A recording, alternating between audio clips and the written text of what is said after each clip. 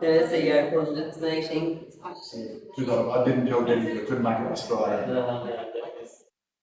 Well, they invited me, so I didn't know until last Friday that I was going to be last Friday. That's quite a bit. So, only 3 more hours until I'm there. Not ready to be recorded yet. Keep my watch it.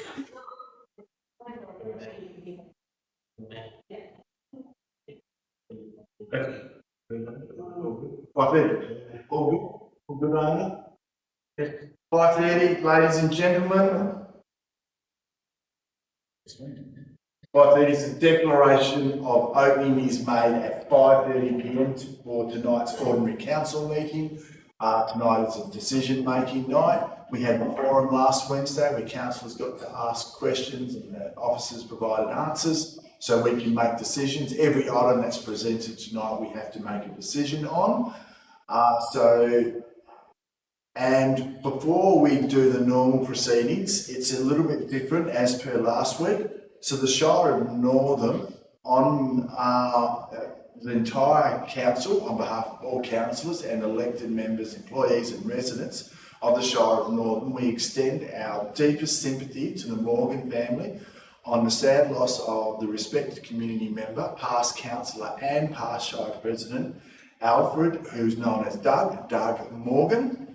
Doug Morgan was a well-respected and well-known community member in Northam, with some of his most notable endeavours and achievements including he was Shire of Northam President from January 1976 to June 1978, Northam elected council member councillor from May 1965 to June 2007, including a term as President, so 42 years. Chairman of the Avon River Management Authority, 1998 to 1999. Medal of the Order of Australia, OAM, 26th of January 2003, and that's for services to local government and to the communities of Northam and Avon. And Shire of Northam Honorary Freeman, 8th of July 2004. That honour is only bestowed upon valued community members, very rare to actually receive. And so it's well acknowledged.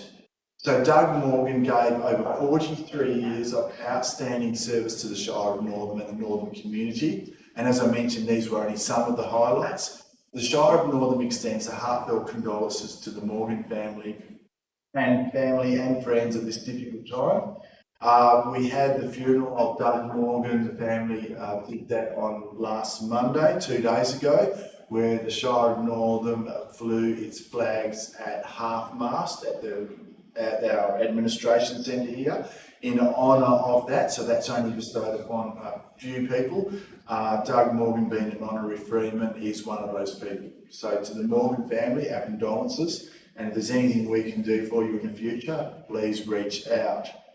So item number 2 is opening procedures. Item 2.1 is acknowledgement of country.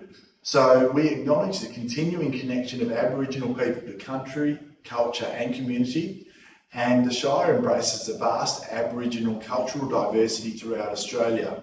On the land and the Ballarong people of which we meet, and the Whadjuk Noongar people of where the Shire extends, we acknowledge and pay respects to elders past, present and emerging. Item 2.2 is recording of council meetings. Members of council are well aware, and members of the gallery, that's members of the public, are aware that this meeting is being live streamed and audio recorded, and it's made available on the Shire YouTube channel. If members of the public would like access to the recording of this meeting, they can do so via the Shire of Northam website. We now go to page 7. Item number 3 is attendance. 3.1 is attendees. So I'll just go around as per usual from left to right. We have Deputy Shire President Councillor Mencelli, President Chris Antonio, that's myself, Councillor Gierak, Councillor Ryan and Councillor Biglin. We'll get to the other councillors in a moment. We have the staff. I think we've pretty well got them here. We have the Chief Executive Officer, Ms. Terrelink, Acting Executive Manager Engineering Services, Mr. King. Executive Manager Development and Community Services, Mr. Hunt. Acting Executive Manager Corporate Services, Mr. Devsich. Manager Governance and Risk, Ms. McCall. Governance and Risk Officer, Ms. Blase. Governance and Risk Support Officer, Ms. Sheehan Lee. And Manager, I'm going to say Manager Communications, Ms. Williams. I've got it's communications. I'll get the title right. It's engagement and communications. Thank you. I think that's everyone. 3.2 apologies. We have apologies from Councillor Williams and Councillor Polton, and we have an apology from Sally Hart, who is our regular member of the gallery. So Sally would like to extend her apologies. 3.3 is approved leave of absence. Councillor Hughes has been granted leave of absence from the 22nd of November 2025 to 29th of November 2025 inclusive. Item 3.4, absent, is nil. So we go to page 8. We have item number 4, disclosure of interest. We have a number as per here, so I'll just read them out here, the ones that are relevant, and then as the item comes up, I'll deal with that. So we have a few that are behind closed doors, so I'll get to those as we go there. The only other one we have is item 13.4.3, youth events support. Councillor Mencelli has declared impartiality. The proponents of the youth event partnership are known to Councillor Mencelli. So as the item comes up, I will go through that again, and councillors are aware that they are able to make a declaration as the item arises. So as long as we do that before we debate and make decisions. We are now on page 9. So we have item number 5, announcements by the presiding member without discussion. So that is taken as read. So then we go to page 12. We have item number 6 is public questions. This is when members of the public are able to engage. I would just check with our gallery, is there a public question that would like to be asked? No? Or statement afterwards?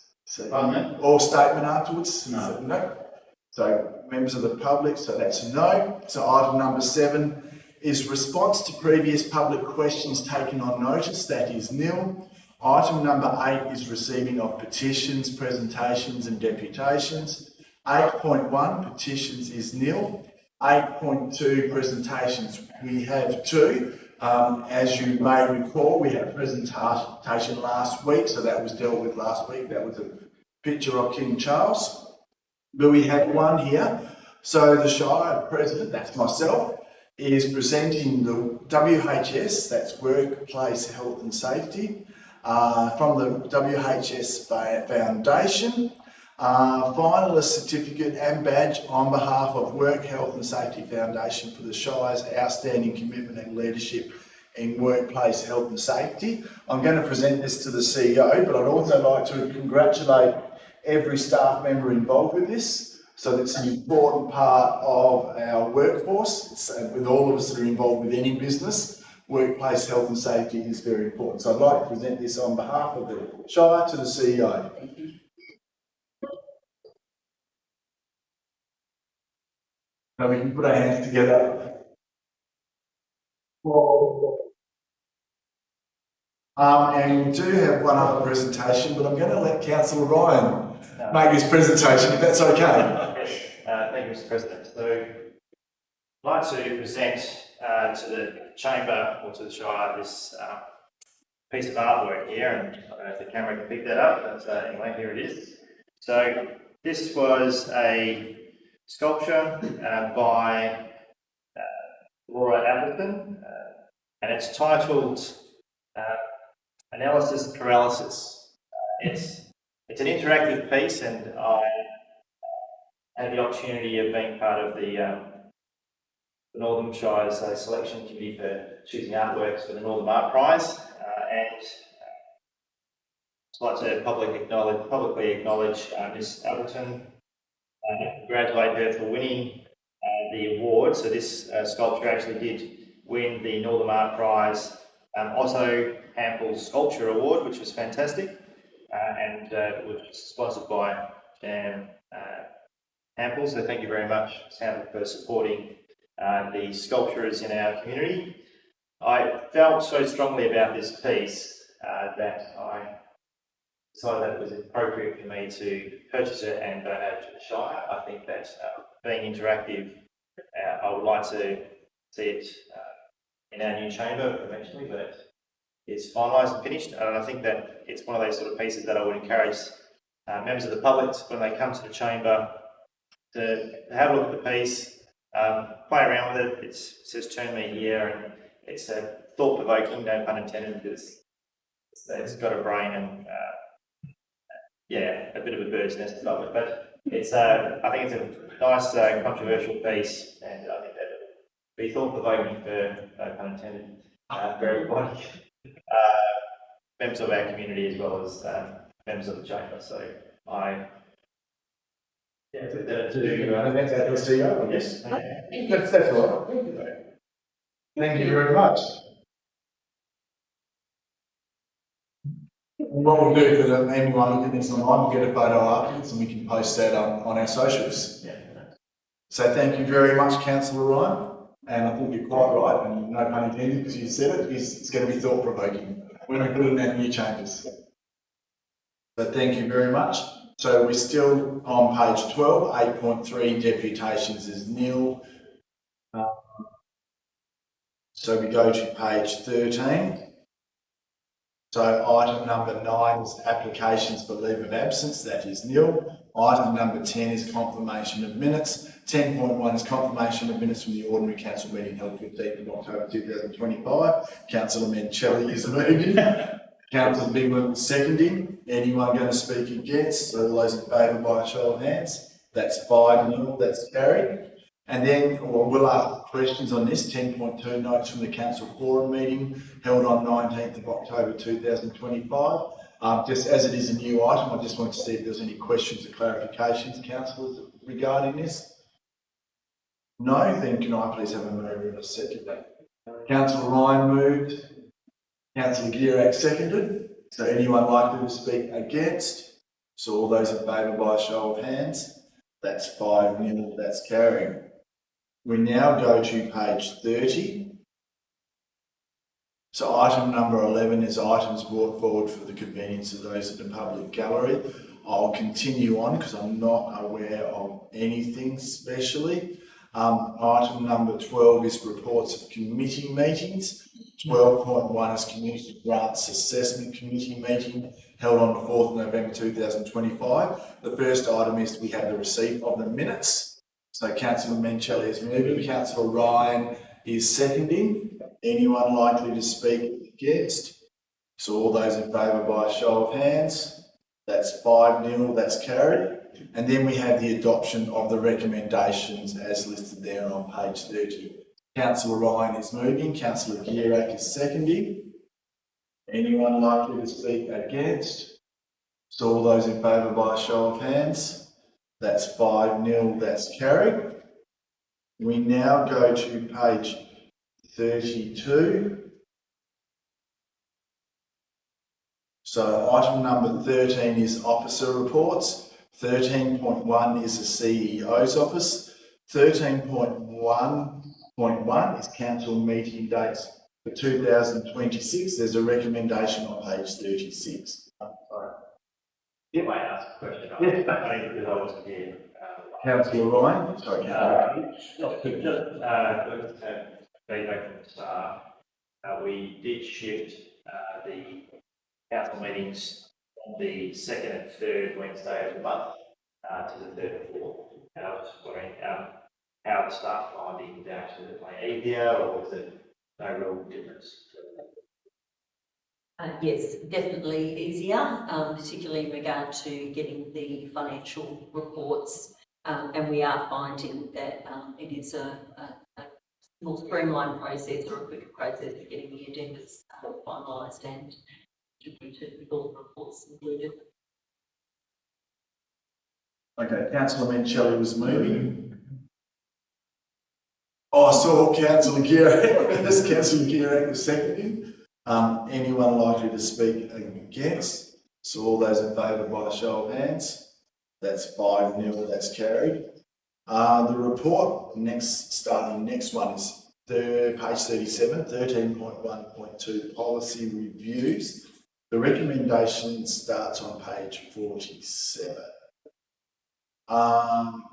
So I'll just check, and I did have in my notes, was there any that councillors wanted, we've got 2 recommendations, councillors wanted to take out and move the rest on bulk, if there's any that wanted to be debated, so we can either read the recommendation as it's presented, or if there's any that councillors want to take out, we can deal with that later. So the recommendation is there on page 47. Councillor Ryan is moving. Councillor Minchilli is... I've got a question first. Question, yeah. With CP3 and CP9, are we 100% confident they hit the mark in terms of all the requirements? Please. So in regard to CP3, we have added a number of policies, a number of clauses under Division 3, because it's only Division 3 that we can actually add any new behaviours into. So there have been a series of new behaviours that have been added into Division 3 that we believe strengthens the code of conduct within the provisions of the model that we're able to do, and in terms of CP9, that policy has also been strengthened as well. Supplemental question, please. Councillor Minchilli. Yeah, in relation to CP9, that particular policy has been condensed from 14 pages down to 4. So has there been anything inadvertently left out? Can I get a cast iron guarantee on that? Please. Yeah, I don't believe so. We've gone through a lot of what was in there was repeated in different sections. We've tried to go through and make sure that all of the security and privacy things we've covered, and all of the things that weren't covered in the code of conduct, because some of the things that were in there were already covered in code of conduct. So we've tried to make sure there's nothing that's been omitted, and now we've added back in the line that says you've got to make a statement to say it's personal opinion. I think everything is covered that was that before. Yeah, Councillor Bigland, question? When are these policies, specifically 3, 9 and 19, due back for review?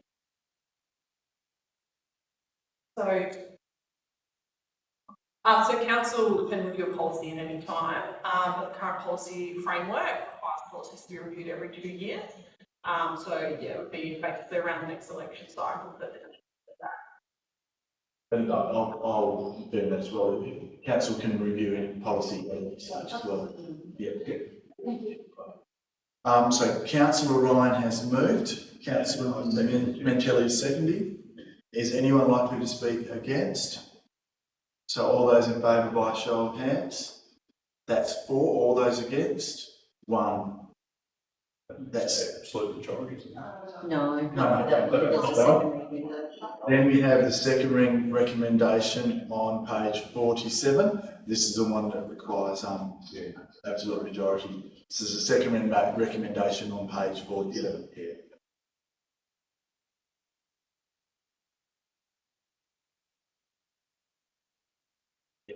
So, seeking moving a second.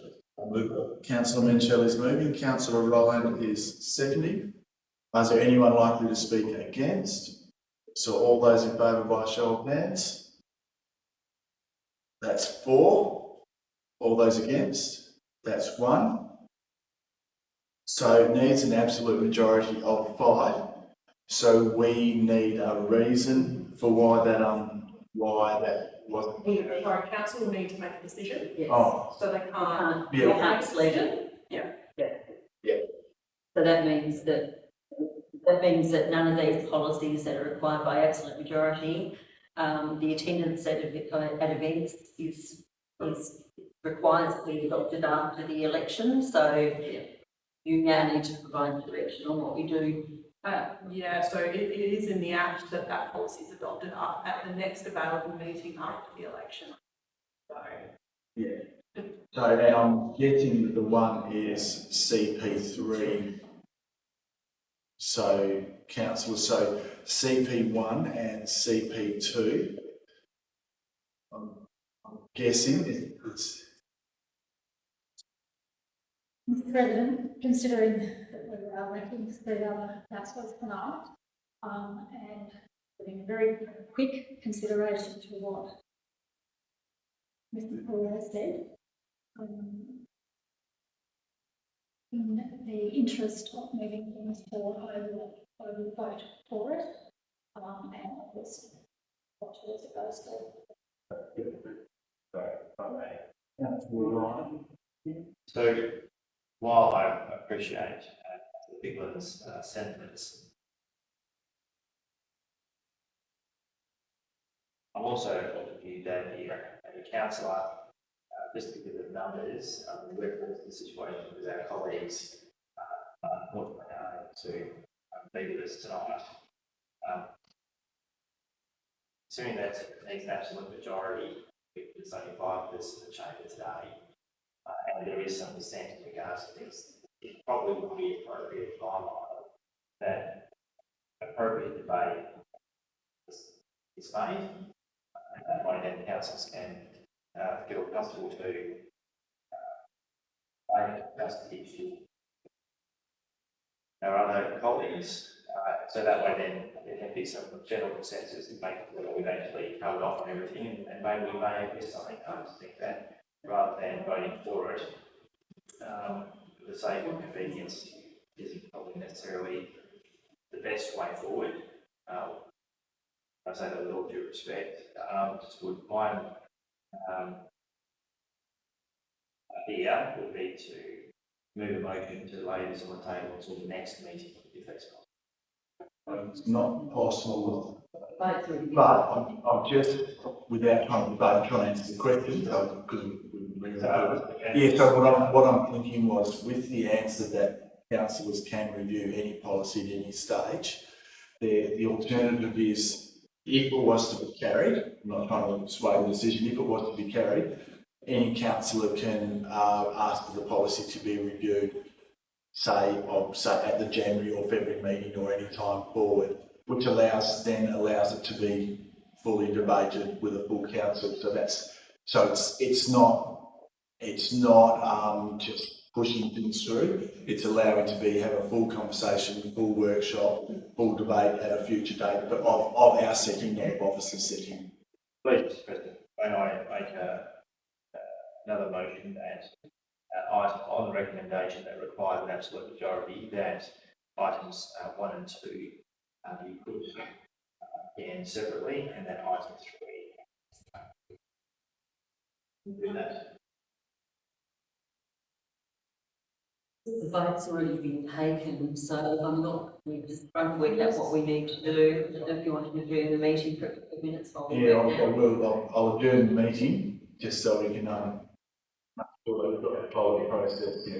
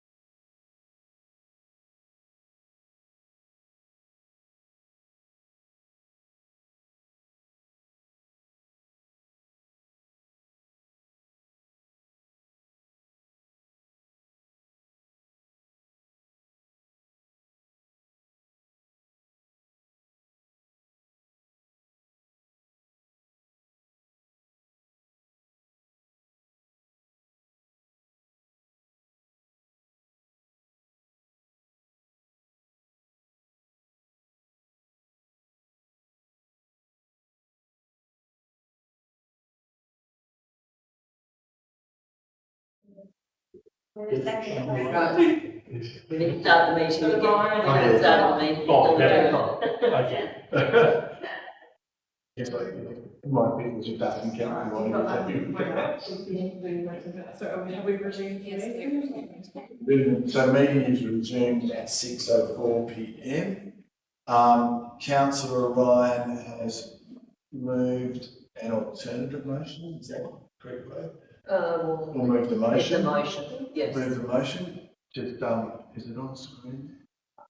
The council defers the following policies.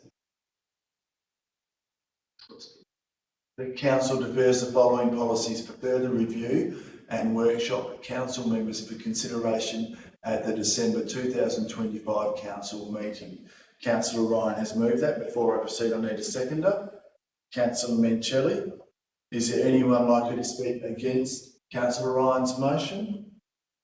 If not, I'll put that to the vote. That's 5-0, that's carried. And yes, and doing our research, that's in accordance with our standing orders, the correct way to proceed. So that is that one. Then we go to page 194. So 13.2 is engineering services. Nil. 13.3 is development and community services. 13.3.1 is reconsideration of council resolution C.4922, relinquishment of management order 19 May Street, Northam. So we'll go to page 199. So we have received, go to page, I think it's a page above, to page 198. We have received part 1. Council members will be requested to indicate each of them support a motion to change a decision made. So we have received signature from 3 councillors. I'll just confirm which councillors, please. The Bigland, Councillor Guerra, and Councillor. So just so for members of the public, that's different to what was in the agenda. So we have received 3. Then we go to page 119. So we've got a recommendation based on the 3 signatures. The council revokes Council Resolution C.4922 made on 20th December 2023. Councillor Guerra has a question. Yes, thank you, Mr. President. My apologies that I didn't ask this question last week. On page 194, 195, sorry, in the background data, as it says, there is a significant increase in demand for aged care and independent person accommodation. Do we have any statistical data to support this? Yes, we do. We had a report provided to us from Juniper. I can't quote the numbers off the top of my head, but it showed a shortfall. So in summary, it showed a shortfall and estimated a bigger shortfall over the next few years. Yeah, so there is data. Yeah, there is data supporting. Yeah. Yes, I couldn't thank find you. any data reference. Yeah. Thank you. There is definitely data supporting. So there's a recommendation, the first one, the council revokes. Councillor Mencelli is moving. Councillor Ryan is seconding. Is anyone likely to speak against? So all those in favour by a show of hands? That's 5-0, that is carried. And then there's a recommendation there with all the details. So Councillor Ryan is moving. Councillor Mencelli is seconding. Anyone likely to speak against? So all those in favour by a show of hands? That's 5-0, that's carried. We now go to page 201 with the recommendation on page 204, but it's 13.3.2, local emergency management committee recommendations. Councillor Bigland asked questions last week, so you'll see in the forum notes that the changes will be made to reflect Councillor Bigland's queries. And with this document, we'll keep it as a live document, so make sure that we make changes continually as we find them. But we have a recommendation on page 204. Councillor Mencelli is moving. Councillor Ryan is seconding. Anyone likely to speak against? So all those in favour by a show of hands? That's 5-0, that's carried. We now go to page 602. So 13.4 is corporate services, 13.4.1 is accounts and statements of accounts, October 2025, recommendations on page 604. Councillor Gira is moving, Councillor Bickland is seconding. Anyone likely to speak against? So all those in favour by a show of hands, that's 5-0, that's carried. We go to page 663. So 13.4.2, financial statements for the period ending 31st of October 2025, recommendations on page 665. Councillor Ryan is moving, Councillor Gira is seconding. Anyone likely to speak against? So all those in favour by a show of hands, that's 5-0, that's carried. We now go to page 686. 13.4.3, youth event support. Just a reminder that Councillor Mencheli declared impartiality in this item, as the proponents of the youth event partnership are known to Councillor Mencheli. As Councillor Mencheli has declared impartiality interest in this item, Councillor Mencheli declares that he will consider the matter on its merit and vote accordingly. There is a recommendation on page 689.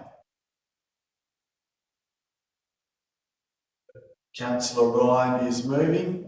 Councillor Mencheli is seconding. Anyone likely to speak against? So all those in favour by a show of hands. That's 5-0, that's carried. We now go to page 695. So we have a recommendation there that we go to matters behind closed doors, item 14. Councillor Gierak is moving, Councillor Mencheli is seconding. That's procedural, so I'll put it straight to the vote.